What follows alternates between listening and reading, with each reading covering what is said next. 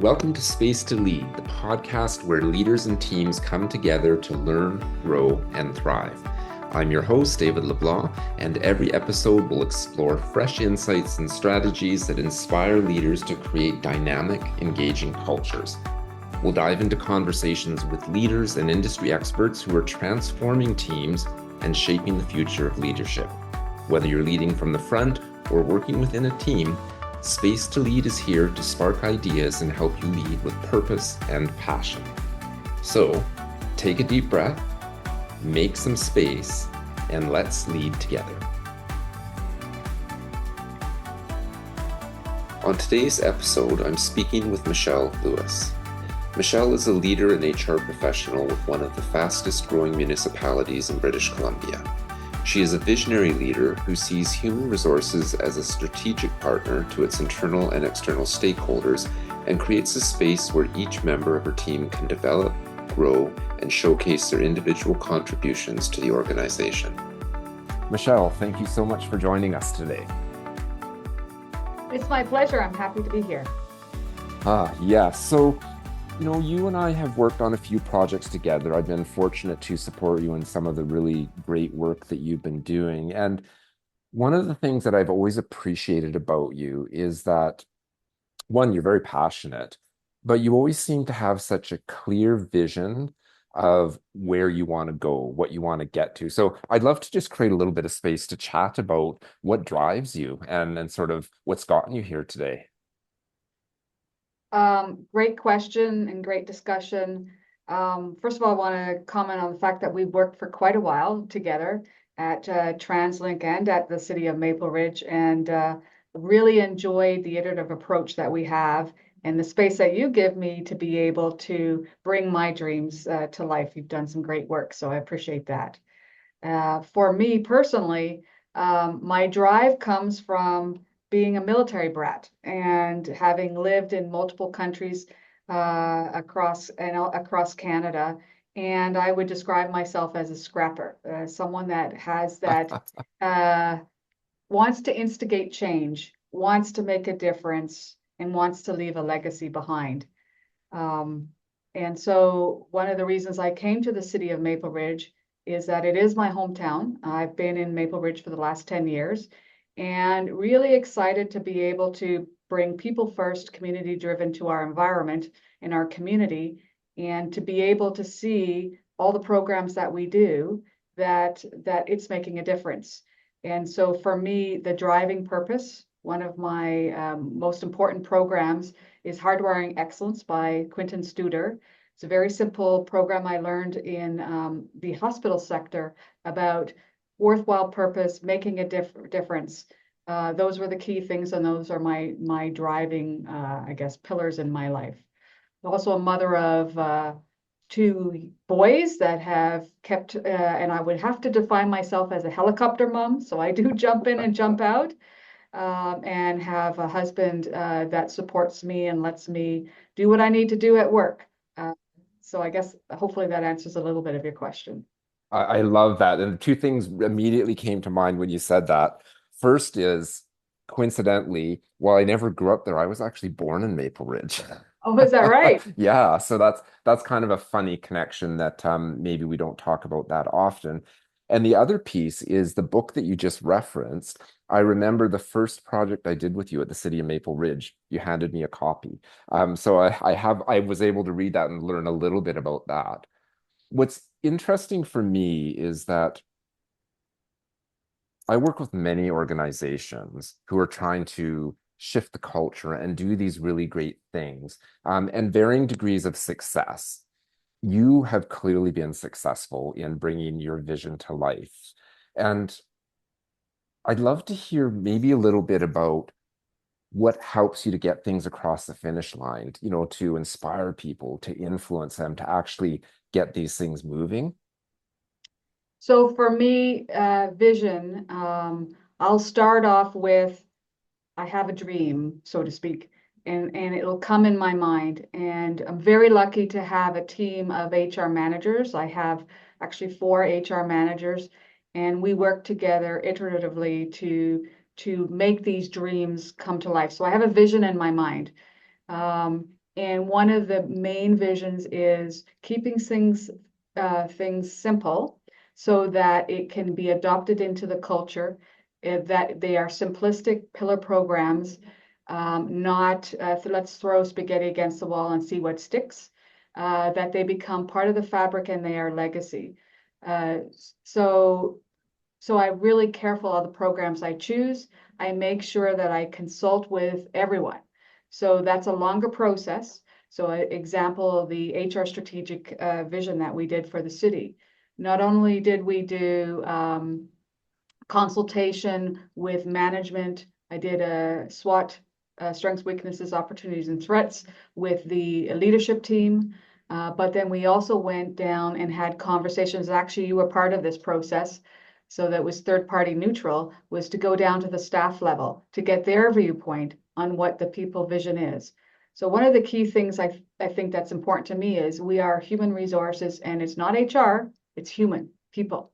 And so we've got to have the voice of the people. And so right now, as an example, we're doing the engagement survey. I don't call it an engagement survey. It's actually launching next week. I'm calling it the voice. We want to hear the voice of our people. And so how do I get that vision to continue is I'm pretty tenacious, and I follow up, and continue to follow up, and any sort of barriers that occur, I look at how else we can get it done. What other options can we have? How can we meet in the middle? So I do a lot of that, and there's a lot of influencing going around. So having conversations with people saying, this is what we're planning on doing. This is why we're doing it. What do you think? What are your thoughts? Really trying to be inclusive. But I really do ensure that with my team, and I use the word team because it's not just me that does the work, and they have a large voice in the department, and I don't pretend the work is mine. We do it together.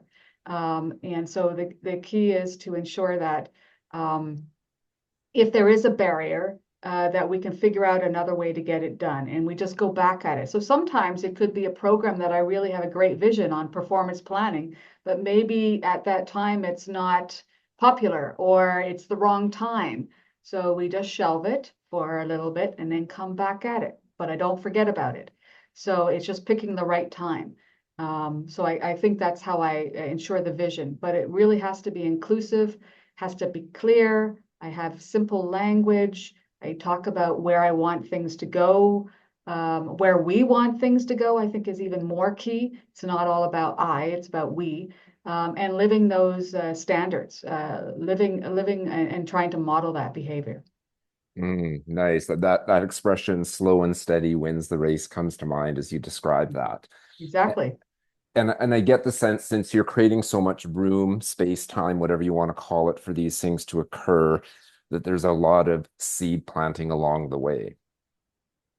Lots of seed planting, lots of conversations with my CAO. The most important thing is to get the CAO, or the mayor, depending on the time, to agree with the vision and the mission, and to make sure I'm aligned with the strategic plans of the overarching organization.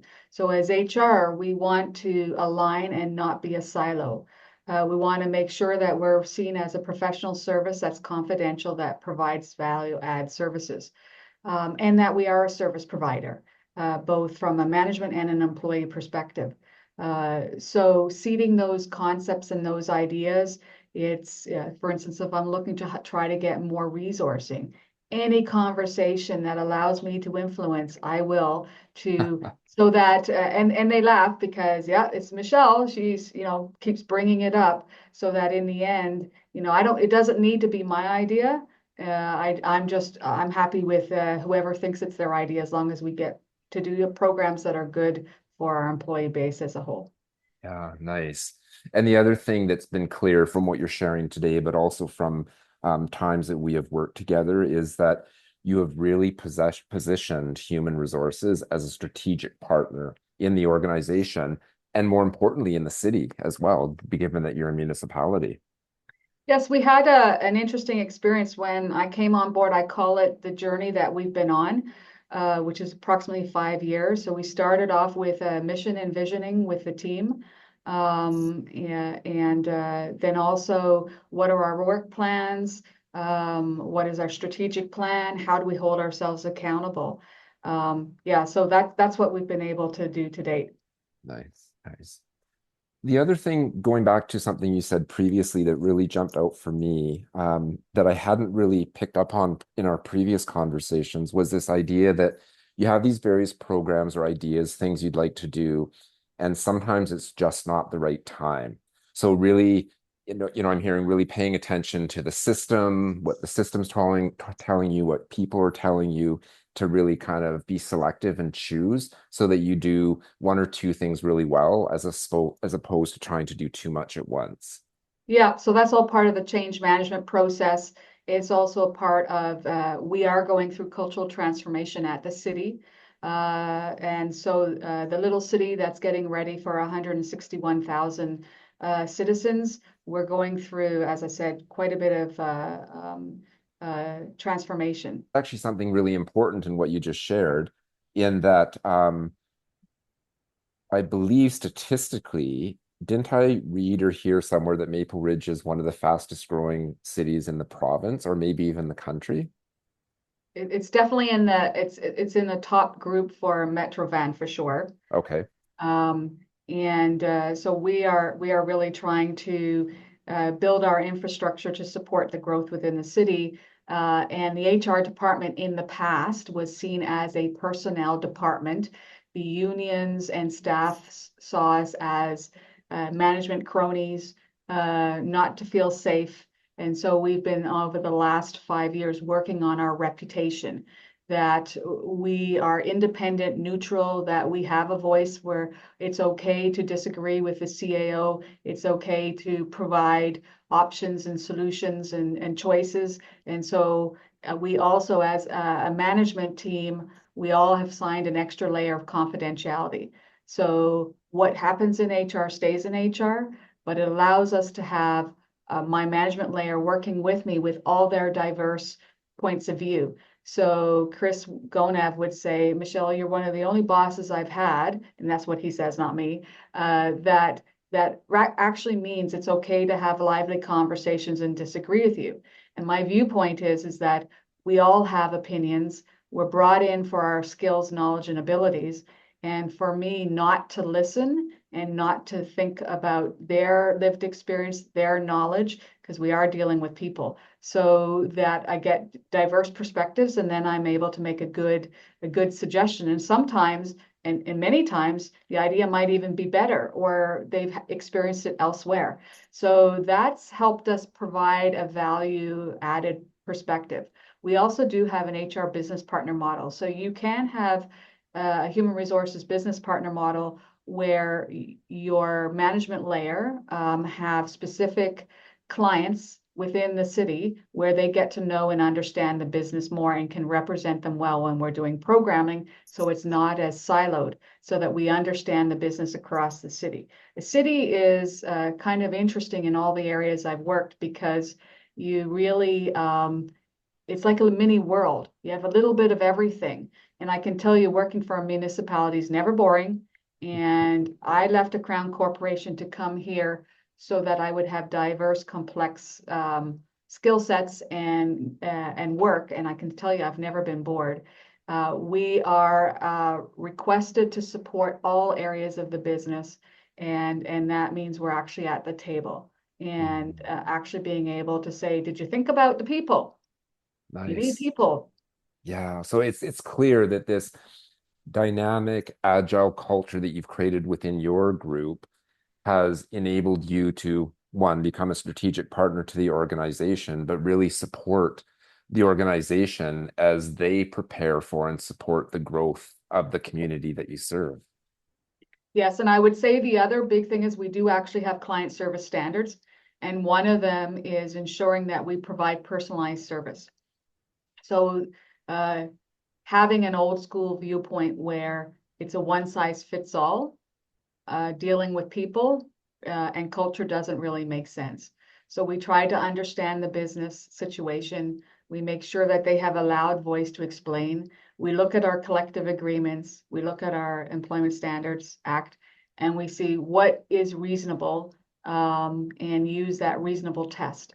And looking at the full picture, what's going on with the employee, what's going on with the department, how can we be humane, how can we look at the full situation and give the best advice and support.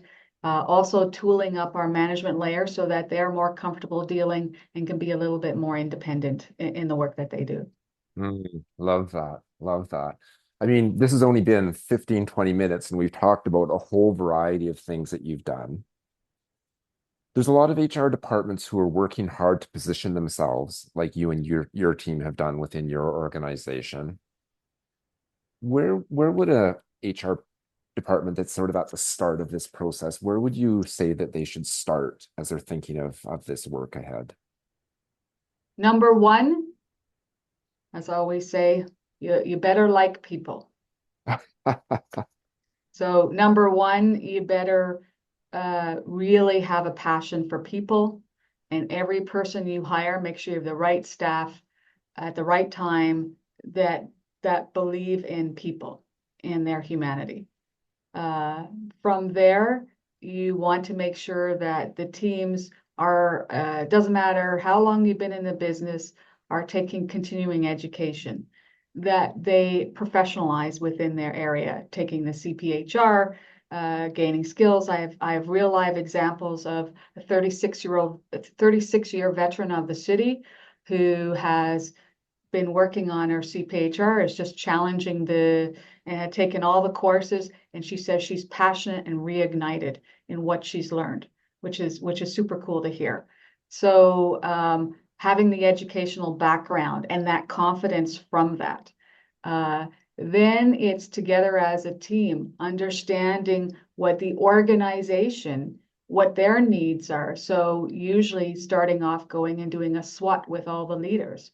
Understanding, their business, understanding mayor and council, where their vision is. And then as a team coming together and what we did is we did an exercise of visioning. So we understood, where do we want to be? What's our guiding light? And one was to be a center of, to be recognized as an employer of choice. And 5 years later, in 24, we were rated as top 100 in BC employers, which was super exciting for the team. And then from that mission, how are we going to do it? And so it's not me sitting in my office all by myself figuring that out. The entire team of 12 were figuring that out. And so, within that mission, we wanted to be partners. We wanted to be strategic. We wanted to be knowledgeable. And so from that, we developed our mission. So we had our vision, mission, and then we came together doing an exercise of our values. What are we going to hold ourselves accountable to, and are we going to sign off? So integrity, people-oriented, professional. There was a number of them. Inclusive was another one as well. Those were our values. And from that, we worked together on developing our HR strategic plan, that's where you and I worked on that as well, making it a narrative of it. And that's what makes our strategic plan different. I hear from a lot of people that have read it that, boy, it gave me a feeling. It resonated to me. I felt something. And that was remember when we were working, David, I said, I have a feeling, I have a dream. I want it to be not boring, and I want it to elicit feelings. Yeah. So that was the other thing. And then obviously having your work plan so that year over year what you're going to try to do. And the other big thing is to remember that you have projects, but you also have operational needs. For instance, COVID happened. For instance, there could be a fire in the city and that impacts people. We have to also know that we have to have humanity, and that we are going to be, we don't work from home as an example. We're actually in the workplace to be there to support at that moment for help of our staff. And so those are a couple of things so you have to give space so that you can pivot from doing project work to actually being people driven. Community driven, people focused is what the slogan of the team came in, which is actually pretty amazing and very simple.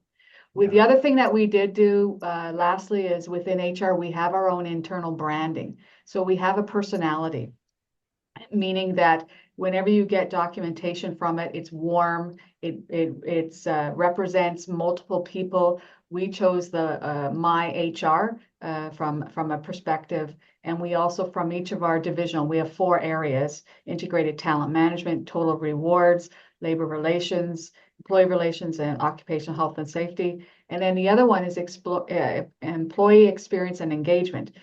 Each one has its own identity and work plans. And then I guess the last part is we hold ourselves accountable, and we will we're actually working with you, David, on a people report, which allows us to go back on an annual basis so that everyone transparently knows what HR has been doing and how staff have enjoyed our programs and how it's made a difference in their life. Mm-hmm. I love how you bookended the conversations with it's all about people and humanity, which is absolutely the most important piece. And the other thing, I was getting this sense of sort of a systems thinking lens, because you talked about me in the system, the education, the energy, what I bring to my role, your team within the system, and then all these connections that you make in the broader system and broader organization, and how all of that feeds into this personality of who you are as a department and as a group of people doing really great work. Mm-hmm. Love that. Yes, I sound pretty intelligent there. No, it was beautiful. Michelle, so thank you so much for creating some space to have this conversation. I always have a ton of respect and appreciation for the great work you do and the energy and the passion that you bring into that work. Oh, thank you. I really appreciate that. If you enjoyed our conversation today, you can find Michelle on LinkedIn. And if you're ever visiting British Columbia, be sure and make a stop in Maple Ridge, a vibrant and beautiful city just outside of Vancouver. In our discussion, Michelle also mentioned the book Hardwiring Excellence by Quint Studer, a practical guide for creating and sustaining a culture of service and operational excellence. Thank you for joining us on Space to Lead. See you next time.